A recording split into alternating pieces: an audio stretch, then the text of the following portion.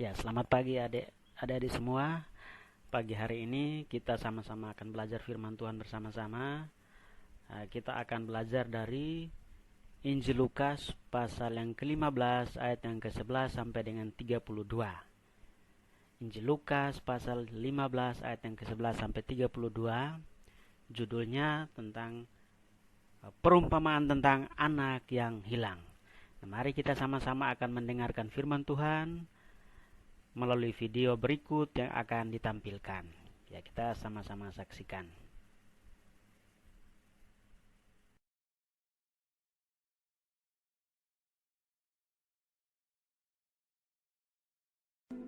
Ada seorang mempunyai 2 anak laki-laki. Kata yang bungsu kepada ayahnya, "Bapa, berikanlah kepadaku bagian harta milik kita yang menjadi hakku." lalu ayahnya membagi-bagikan harta kekayaan itu di antara mereka. Beberapa hari kemudian, anak bungsu itu menjual seluruh bagiannya itu lalu pergi ke negeri yang jauh. Di sana ia memboroskan harta miliknya itu dengan hidup berfoya-foya. Setelah dihabiskannya semuanya, timbullah bencana kelaparan di dalam negeri itu, dan ia pun mulai melarat. Lalu ia pergi dan bekerja pada seorang majikan di negeri itu. Orang itu menyuruhnya ke ladang untuk menjaga babinya. Lalu ia ingin mengisi perutnya dengan ampas yang menjadi makanan babi itu, tetapi tidak seorang pun yang memberikannya kepadanya. Lalu ia menyadari keadaannya. Katanya, Betapa banyaknya orang upahan bapakku yang berlimpah-limpah makanannya, tetapi aku di sini mati kelaparan. Aku akan bangkit dan pergi kepada bapakku dan berkata kepadanya, Bapa, aku telah berdosa terhadap sorga dan terhadap Bapa. Aku tidak layak lagi disebutkan anak Bapa. Jadikanlah aku sebagai salah seorang upahan Bapa. maka bangkitlah ia dan pergi kepada bapaknya.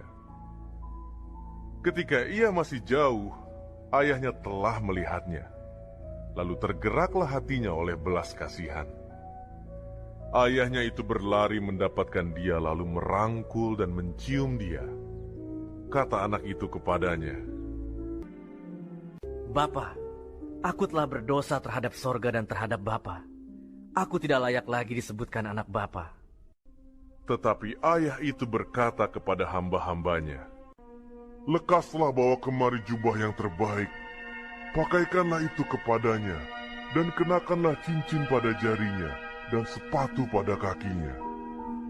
Dan ambillah anak lembu tambun itu, sembelihlah dia, dan marilah kita makan dan bersuka cita.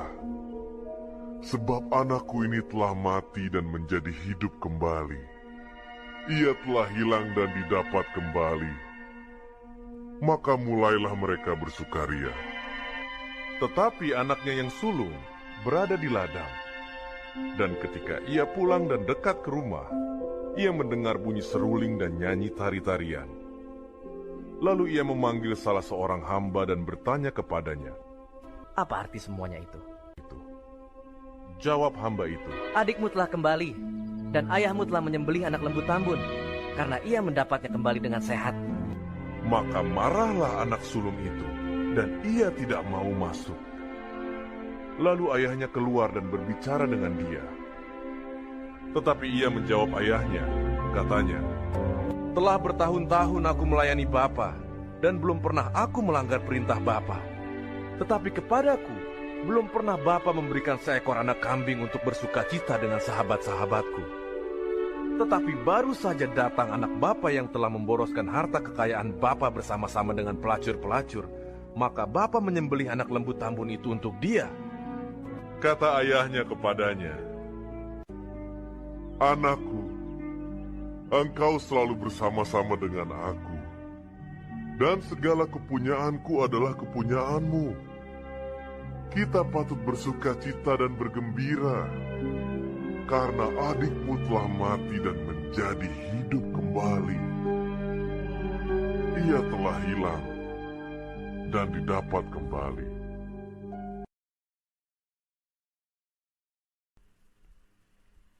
Nah, adik-adik sekalian, kita sudah mendengarkan firman Tuhan melalui video yang kita baca tadi tentang perumpamaan tentang anak yang hilang di dalam Injil Lukas pasal 15 ayat yang ke-11 sampai dengan 32. Nah, sekarang kita akan sama-sama belajar dari seorang tokoh misionaris yang bernama Dwight Lyman Moody, atau biasa disingkat dengan nama D.L. Moody, yang hidup dari tahun 1837 sampai dengan 1899, atau dari abad 18 sampai masuk kepada abad 19.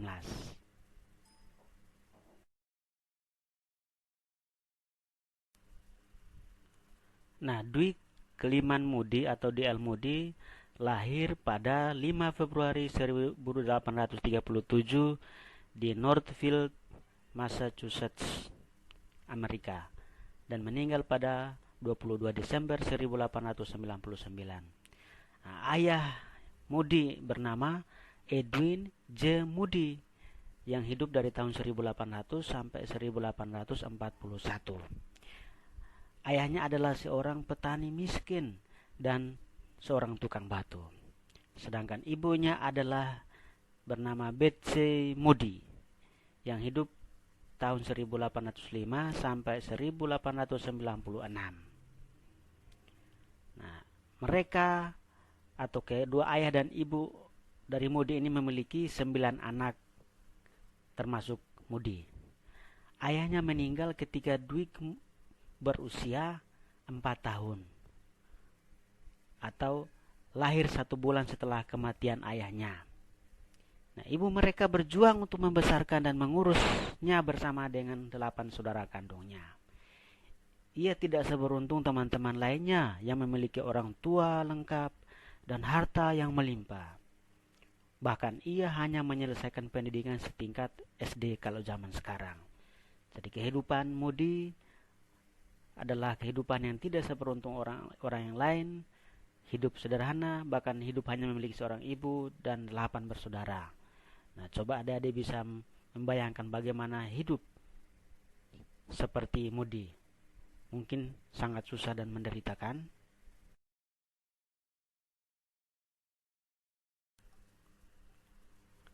Nah, adik-adik, ketika Moody berusia 17 tahun, ia pindah ke Boston untuk bekerja di toko sepatu milik pamannya. Nah, tapi sebelum dia masuk dan bekerja di toko sepatu milik pamannya, ternyata dia sudah melamar untuk bekerja di beberapa tempat. Tetapi ternyata semua itu menolak dia dan dia tidak bisa bekerja di sana. Akhirnya dia diterima menjadi salah satu karyawan di tempat atau di toko sepatu milik pamannya.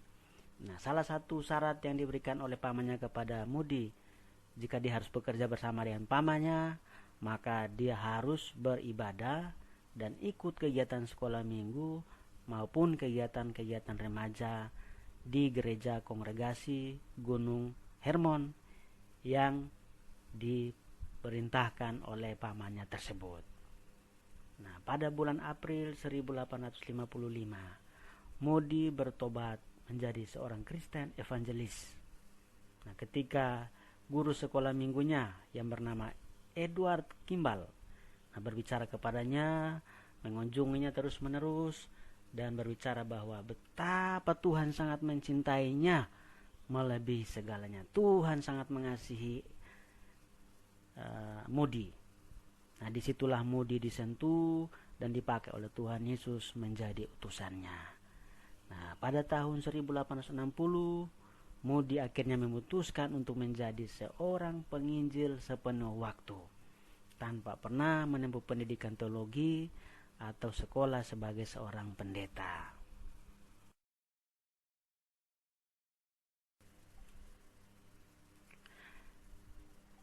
Nah, Moody ini memiliki sifat yang rendah hati. Dia hidup hemat, kerja keras, memiliki ikatan keluarga yang erat dan sangat baik.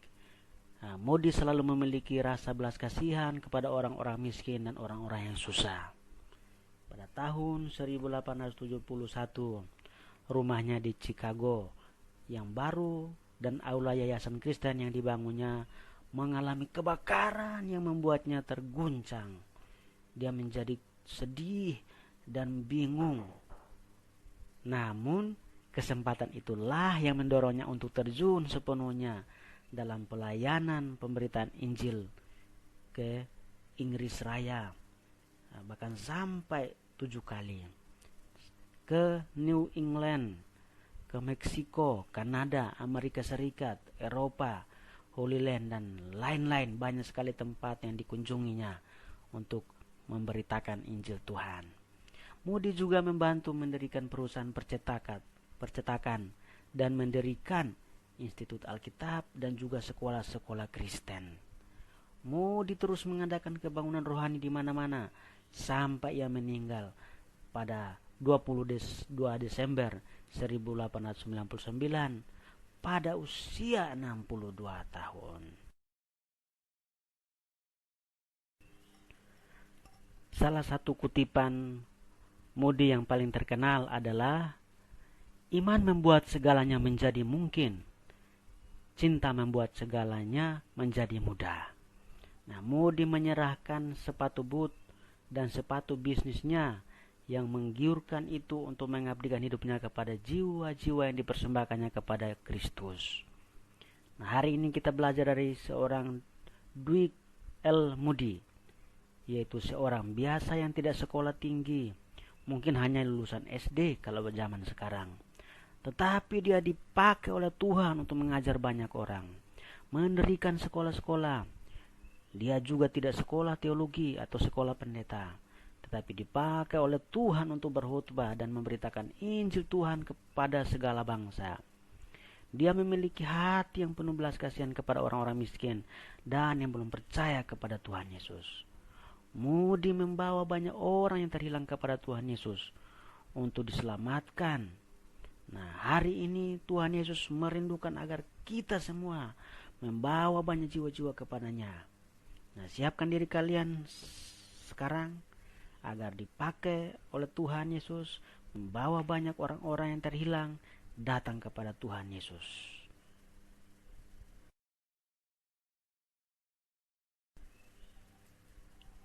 Kita akan belajar ayat hafalan bersama-sama adik-adik di dalam Lukas 19 ayat yang ke-10. Sebab anak manusia datang untuk mencari dan menyelamatkan yang hilang. Sekali lagi, Lukas 19 ayat 10. Sebab anak manusia datang untuk mencari dan menyelamatkan yang hilang. Kita sudah baca bersama-sama di dalam Lukas 15 ayat yang ke-11 sampai dengan 32 yang menceritakan tentang perumpamaan tentang anak yang hilang. Kita belajar tentang seorang anak yang terhilang dari bapaknya, yang pergi meninggalkan bapaknya jauh dan akhirnya dia mengalami penderitaan, dia mengalami kesusahan, bahkan makan sekalipun dia kesulitan. Sehingga dia mengingat bapaknya, dia kembali dan minta ampun kepada bapaknya, dan dia diterima oleh bapaknya. Kita juga belajar dari seorang tokoh misionaris terkenal, seorang tokoh yang dipakai oleh Tuhan untuk pergi memberitakan firman Tuhan, membawa banyak jiwa yang terhilang untuk datang kepada Tuhan. Nah, hari-hari ini mungkin banyak orang terhilang dari Tuhan. Banyak orang jauh dari Tuhan Yesus. Banyak orang meninggalkan Tuhan dan melupakan Tuhan Yesus. Mereka lupa membaca firman Tuhan. Mereka lupa berdoa, mereka lupa bersekutu, dan lupa memuji Tuhan. Mungkin karena mereka mengalami penderitaan. Mereka mengalami kondisi-kondisi yang seperti saat ini. Mereka menderita, tetapi mereka malah melupakan Tuhan. Mereka semakin jauh dari Tuhan. Nah, Tuhan berfirman supaya kita datang mencari Tuhan, supaya kita datang bersekutu kepada Tuhan. Bahkan banyak sekali orang yang belum mengenal Tuhan Yesus. Mereka belum mengenal Tuhan. Mereka terhilang, mereka jauh dari Tuhan. Nah, hari ini Tuhan memanggil kita, kalian semua, dan juga Om dan kita semua. Kita dipanggil untuk kita belajar dari seorang tokoh misionaris yang bernama D.L. Moody, yang dipakai oleh Tuhan untuk membawa banyak jiwa-jiwa yang terhilang datang kepada Tuhan Yesus. Dia hanya orang biasa, dia tidak sekolah tinggi, dia tidak kaya, dia hidup sederhana, tetapi dia mau dipakai oleh Tuhan Yesus untuk membawa banyak jiwa-jiwa kepada Tuhan Yesus. Kita belajar bahwa dia memiliki kerendahan hati. Dia memiliki rasa takut akan Tuhan. Dan dia selalu bersyukur, dia selalu memberikan hidupnya untuk dipakai oleh Tuhan menjadi alat Tuhan. Hari ini Om berdoa supaya firman yang kita dengar hari ini mengingatkan kita akan seorang anak yang terhilang, anak bungsu yang terhilang yang jauh dari Tuhan. Lalu dia mengingat Tuhannya dan dia kembali. Dia mengingat bapaknya dan dia kembali. Demikian juga kita harus selalu mengingat Tuhan Yesus, selalu kembali kepadanya, meminta pengampunan, dan mau memberikan hidup kita untuk dipakai oleh Tuhan Yesus untuk menjadi berkat bagi banyak orang. Nah, kiranya Tuhan memberkati kita semua, dan kita mau membaca ayat hafalan, menghafal ayat hafalan kita pada hari ini bersama-sama di dalam Lukas yang ke-19 ayat yang ke-10. Ayo sama-sama kita akan menghafal Lukas yang 19, Lukas pasal 19 ayat yang ke-10 dikatakan, sebab anak manusia datang untuk mencari dan menyelamatkan yang hilang. Sekali lagi, sebab anak manusia datang untuk mencari dan menyelamatkan yang hilang. Ya, Om berdoa supaya firman yang sudah kita dengar hari ini, kita meyakininya dan firman itu yang menjadi kekuatan dalam kehidupan kita. Firman yang kita amini itu yang mengubah kehidupan kita dan membuat kita terus bertumbuh dewasa di dalam Tuhan. Nah, kita akan sama-sama berdoa untuk firman Tuhan yang kita dengar hari ini. Juga ayat hafalan yang kita dengar hari ini kiranya itu menjadi sumber kekuatan bagi kita semua. Mari kita berdoa. Terima kasih Tuhan Allah kami, Bapa di dalam nama Tuhan Yesus. Pada pagi hari ini Tuhan kami mengucap syukur untuk anugerah Tuhan, untuk penyertaan Tuhan bagi kami semua. Sehingga kami sama-sama memuji, menyembah Tuhan, bersekutu di rumah kami masing-masing. Dan juga kami sudah mendengarkan firman Tuhan pada hari ini. Kami berdoa supaya Tuhan melalui Roh Kudus Engkau meteraikan firman-Mu dalam hidup kami. Membuat kami terus bertumbuh di dalam iman kami.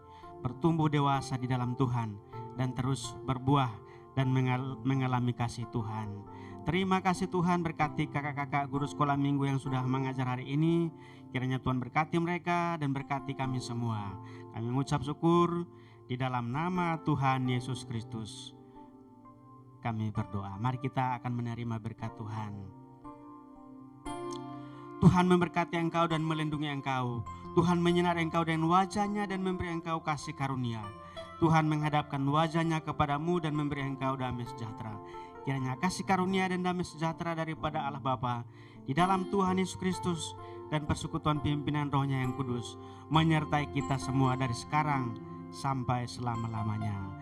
Di dalam nama Tuhan Yesus Kristus kami berdoa. Bapa, terima kasih. Bapa, terima kasih. Bapa, terima kasih. Bapa di dalam surga, ku berterima kasih. Amin.